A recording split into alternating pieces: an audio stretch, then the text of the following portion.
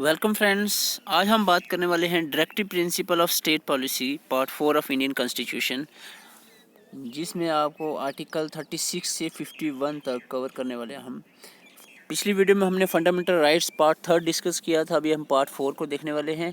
Part 4 of constitution में article 36 से 51 आते हैं। तो आइए हम देखते हैं। सबसे पहला यहाँ पर आर्टिकल 36 आता है, जो डिफ़ाइन करता है स्टेट को। स्टेट की डेफिनेशन इसमें बताई गई है। इसके अलावा हम बात करें 37 में applications of the principles contain in this part, यानी directive principle of state policy की एप्लीकेशंस 37 में मेंशन है। जो रियली हम अगर रियलिटी में बात करें 38 से ही हमारे यहाँ पर डायरेक्टिव प्रिंसिपल स्टार्ट होते हैं।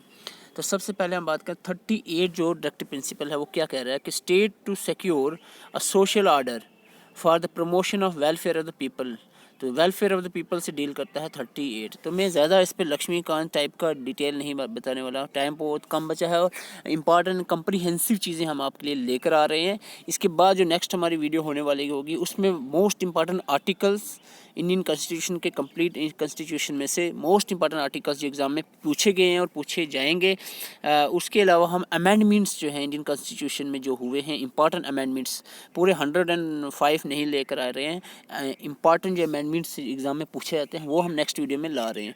इस वीडियो में हमें ये कवर करना था क्योंकि सीक्वेंस में आ रहा है फंडामेंटल राइट के बाद। तो आप इसको ब्रीफली देखना है कि आपको क्या करना है कि ये याद करने हैं शॉर्टली। जैसे कि 38 किससे डील करता है, ये डील करता है वेलफेयर ऑफ द पीपल से। And 39 deals with the certain principles of policies जो फॉलोड करने चाहिए स्टेट को। ये 39 कह रहा है। वो प्रिंसिपल्स क्या हैं? वो प्रिंसिपल हैं जैसे कि हम बात करें इक्वल जो है राइट मेल और फीमेल को इक्वल समझना है, इक्वल वर्क की इक्वल पेमेंट्स होनी चाहिए, यानी जो जितना काम करेगा उसको इक्वली उतना ही मिलना चाहिए। सॉरी।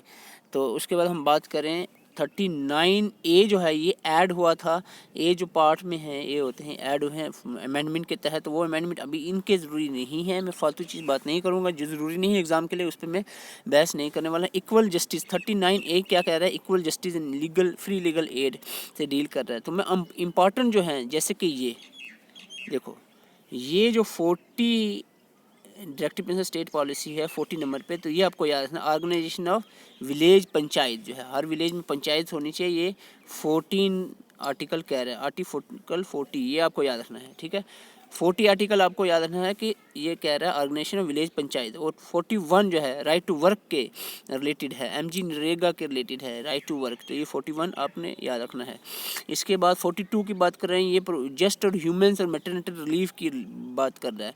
मैटरनिटी रिलीफ, वहाँ को जो रिलीफ मिलता है बच्चे जो प्रेग्नेंट वुमेंस होती हैं उनके लिए रिलेटेड जो उनको रिलीफ दिया जाता है, यानी जो उनको छुट्टी वगैरह अगर वो जॉब कर रहे हैं तो इस तरह की और भी उनको हेल्प की जाती है। वो 42 डील करता है। 43 लिविंग वेजेस के बारे में बात करता है, वर्कर्स की जो लिविंग वेजेस प्रोवाइड करने चाहिए वर्कर्स को। तो 43A जो ऐड हुआ था workers in the management of industries के रिलेटेड है कि participation of workers in the management of industries. And 43B deal करता है state shall Endeavour the promote the voluntary formation of autonomous functioning of democratic control and professional management cooperative strategy. यहाँ पर ले दे, मैं shortly आपको बता रहा हूँ। देखो 43 और इसके दो पार्ट। 43 कह रहा है कि वेजेस, लिविंग वेजेस वर्कर्स को मिलनी चाहिए जो इंडस्ट्रीज वगैरह में काम कर रहे हैं, फैक्ट्रीज में। ठीक है। 42 डील कर रहा है कि ये वर्कर्स की मैनेजमेंट पार्टिसिपेशन इंडस्ट्रीज में होनी चाहिए। और 43B कह रहा है कि कोऑपरेटिव सोसाइटीज़ की एस्टेब्लिश मैनेजमेंट होनी चाहिए। तो ये आपको डील करता है इंडस्ट्रीज से और ये कोऑपरेटिव सोसाइटीज से। तो इस तरह से आपको याद रखना है। 43A industries, 43B cooperative societies. तो ये भी अमेंडमेंट के तहत ही ऐड हुए हैं। ये आपको याद रखना है। 44 जो है ये uniform civil code for the citizens, ये डील करता है यूनिफॉर्म सिविल कोड्स। मैं एक्सप्लेनेशन पे अभी इतना नहीं जा रहा हूँ क्योंकि लंबा चले जाएगा, इतनी ज़रूरत नहीं है अभी इसकी एग्ज़ाम के लिए। प्रोविजंस अर्ली चाइल्डहुड केयर्स के रिलेटेड 45 आर्टिकल में कहा गया है। Education of children below the age of 6 से कम साल के बच्चों की एजुकेशन की बात चल रही है, 6 से कम साल के बच्चों की। तो इसका मतलब है यहाँ पर आंगनवाड़ी सेंटर जो होते हैं उनकी यहाँ पर जिक्र चल रहा है 45 आर्टिकल में। ठीक है। 6 से 14 साल के बच्चों की अगर हम बात करें 6 से 14, तो वो फंडामेंटल राइट 21A में मेंशन है, जो 86 अमेंडमेंट एक्ट 2002 में आया था। लेकिन ये अलग है, ये क्या है 45 आर्टिकल क्या कह रहा है कि 6 साल से कम के बच्चों के जो चाइल्डहुड केयर जो हम कहते हैं और एजुकेशन की बात करें। उसके बाद 46 कह रहा है promotion of educational and economic interest of SC STs and weaker section से डील करता है।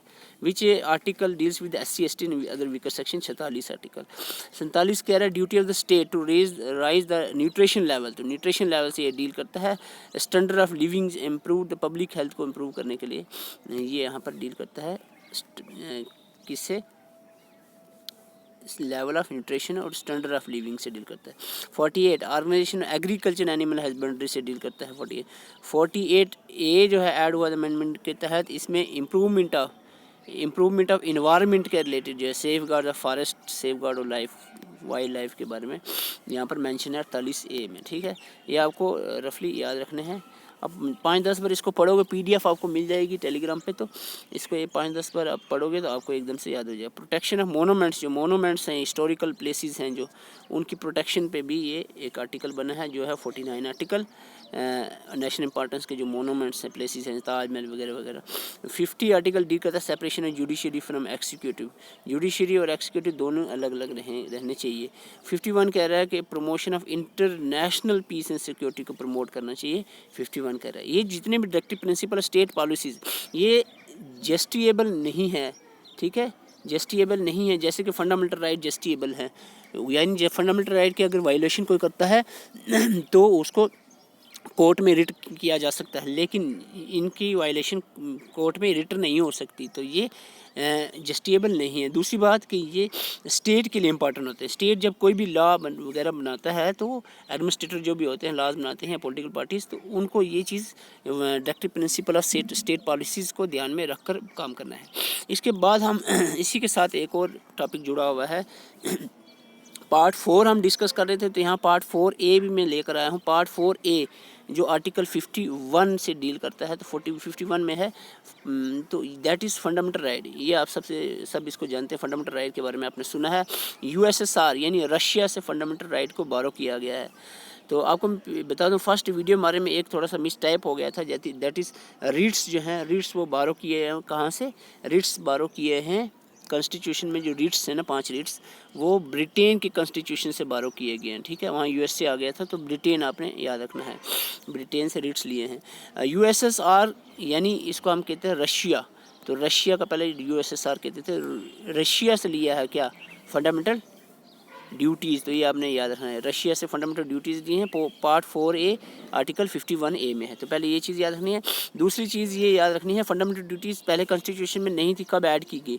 42nd अमेंडमेंट एक्ट जो 1976 में हुआ था, इसके तहत fundamental duties constitution of India में ऐड की गई हैं। तो ये आपको 3-4 पॉइंट इसके याद रखने हैं। ठीक है, फंडामेंटल ड्यूटीज़ कौन से पार्ट, कौन से आर्टिकल में है, कहाँ से बारो किए गए हैं, कहाँ से फंडामेंटल ड्यूटीज़ ली गई हैं, और कौन से अमेंडमेंट के तहत ऐड की गई हैं कॉन्स्टिट्यूशन में। और एक और पॉइंट याद रखना है, किसने रिकमेंड किया था इसको ऐड करने के लिए? तो स्वर्ण सिंह कमेटी ने रिकमेंड किया था 10 फंडामेंटल ड्यूटीज़। तो फंडामेंटल ड्यूटीज़ जब ऐड हुई थी 42 अमेंडमेंट के तहत, तो ये 10 ही फंडामेंटल ड्यूटीज़ थी, 10 ही थी। लेकिन अब कितनी हैं, आपको पूछा जाए, ये 10 थी लेकिन अब कितनी हैं? अब जो है ये 11 हो चुकी हैं, 11।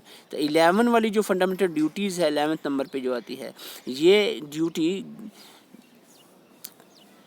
86th जो अमेंडमेंट एक्ट है इंडियन कॉन्स्टिट्यूशन का, जो 2002 में हुआ था, इसके तहत ये ऐड की गई थी 11th फंडामेंटल ड्यूटीज़, जिसमें 6 से 14 साल के बच्चों को एजुकेशन प्रोवाइड की जानी चाहिए, कंपलसरी एजुकेशन। तो ये आपको ये इसके फंडामेंटल राइट भी ऐड हुआ था 21A में, तो यहाँ पर फंडामेंटल ड्यूटीज़ भी ऐड हुई थी।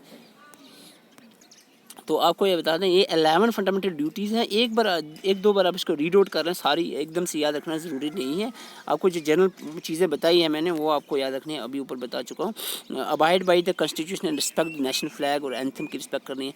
Follow the idea of freedom struggle, protect the sovereignty and integrity of India, defend the country and render national service when called upon. तो ये यानी देशभक्त होना चाहिए इंसान, अपने देश के लिए प्रेम होना चाहिए। तो ये कुछ चीज़ें यहाँ पर बताई गई हैं, यानी अपने देश के फ्लैग का, एंथम की कोई भी यानी उसकी डिसरिस्पेक्ट नहीं करनी है। ये फंडामेंटल ड्यूटीज़ कह रही है कि रिस्पेक्ट करनी है। अगर डिसरिस्पेक्ट करोगे तो ये इसकी खिलाफवर्जी हो जाएगी। स्पिरिट ऑफ कॉमन ब्रदरहुड होना चाहिए।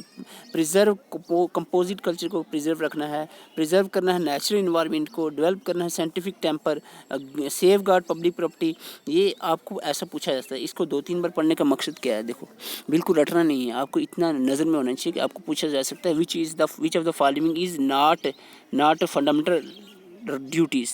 तो उनमें से आपको जो अजीब सी लगे तो आपको कि ये नहीं, क्योंकि अगर आपने 11 पढ़ी हुई है तो आपको याद रहेंगे कि abide by the constitution, respect national flag, ये है आइडिया ऑफ फ्रीडम। इस तरह से आपने बिल्कुल याद नहीं रखनी, लेकिन पढ़ी हुई होनी चाहिए कि आपके माइंड में रहे। क्वेश्चन इससे ऐसा ही बनता है कि which of the following is not fundamental duties. तो अब नॉट आप पहचान लोगे कि भाई 11 में से कौन सी नहीं है जो क्वेश्चन में होगी, तो ये आप नहीं हो, लेकिन ये चीज़ें आपको याद रखनी है, ठीक है। तो this is about the directive principle of state policies. देखो मोटा मोटा मैं आपको बता दूं, 40 का याद रखना है विलेज पंचायत, 44 जो है सिविल, 44 जो है ये डील करता है यूनिफॉर्म सिविल कोड।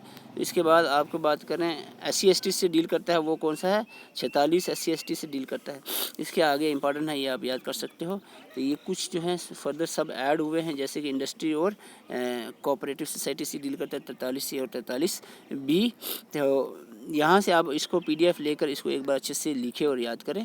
तो नेक्स्ट वीडियो में हम बहुत इंपॉर्टेंट टॉपिक ला रहे हैं, मोस्ट इंपॉर्टेंट आर्टिकल्स जो रिपीटेडली एग्जाम में पूछे जाते हैं, उसके साथ साथ हम मोस्ट इंपॉर्टेंट अमेंडमेंट्स जो एग्जाम में पूछे जाते हैं वो हम नेक्स्ट वीडियो में ला रहे हैं। Thank you for watching.